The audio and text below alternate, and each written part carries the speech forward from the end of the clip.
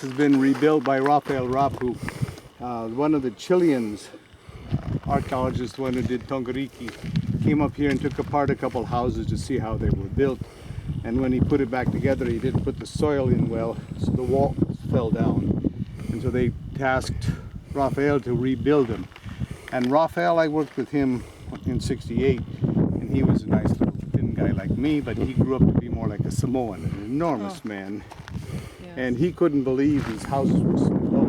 They were really low enough that you could only crawl around inside. They're sleeping chambers.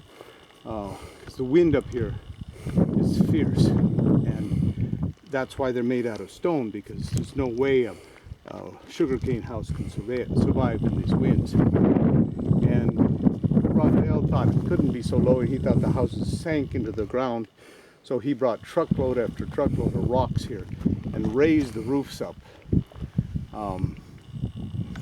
Essentially, this is the height of where the roof should be.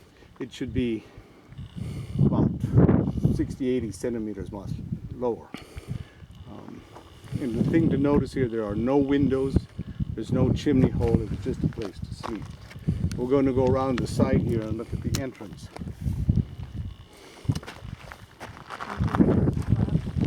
This one was taken apart by Thomas in 1886. And this big lentil, that big stone up there, many of them had paintings on it. And so those big painting stones were taken away into private collections. We don't know where they are. And here, Rafael also couldn't believe the entrances were as low as I remember them. So he raised up the entrances. You can see how much rock he added. You can see this is the old rock up to here. All of this has been added. This has lichen in it because he stole rocks from over there to build this. But throughout, as you go along, many of the houses he added to them.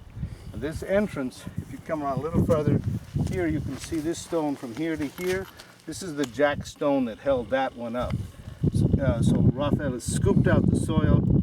So if you move that stone back down to the ground, this big stone here was more at this level. And were all telling me, Paul, you don't remember, you were 16 years old, and that was 40 plus years ago. I always hate to say that.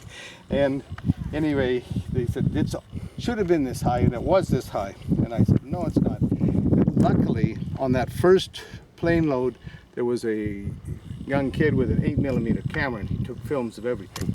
And he finally digitized it and mailed me a DVD, and it shows me digging my way out, slithering on my stomach. So I do have proof that that entrance was much lower. And the archaeologist said this was a small entrance, again, for defensive purposes. So if your enemy comes in there, you're on your stomach, and if you don't belong, they just blast you on the head, and that's it. You're safe. And I'm going, I don't think so, because these houses are all together. These are friendly people. They're not in fighting with each other. If they were enemies, they'd have houses here, and they'd have some over there, and they'd have some back on that hill, and they would just get together for the competition. And besides, I thought, if you have enemies, they're going to just stand outside here, wait for you to come out and yeah, you sure. If you think the whole thing or through. Try to, crash down your house and you have all your stones falling on you. Right, so it's not for defense purposes. And the other thing too is it's a lot of work to build a small entrance. And a big entrance is up here, and you would not have to bring all this rock. And if you look down, that's a deep tunnel here. That's a lot of material to bring. It's not for weather, because the wind is only going to blow into the front entrance here. There's no holes for the air to go out the backside. So it has to be something important. And I started saying, okay, you don't agree with anybody, so what is your answer? And I thought. And then I started thinking about my wife. And she and her families and other families insist that when you go outside at night, the ghosts are going to follow you. These are the people that died before there were arms, that died before they went up to heaven. So they're stuck on this island forever, walking around. And if you go out at night, they're going to follow you because you're different. And so if you come home, walk in, open the door, and shut it behind you, you caused a big problem. Because the ghost followed you into the house And they can't float through the walls or fly. So they're going to be stuck in there messing your house up or messing your dreams. So what they insist on is you come home, open the door, and you turn around and take a moment, look them in the face and shut it, and they will respect you and stay outside. And it's not a one or two people, it's almost everybody with some age. They still do that? They still insist. And I still think about it every time I walk in the door because they insisted so many times.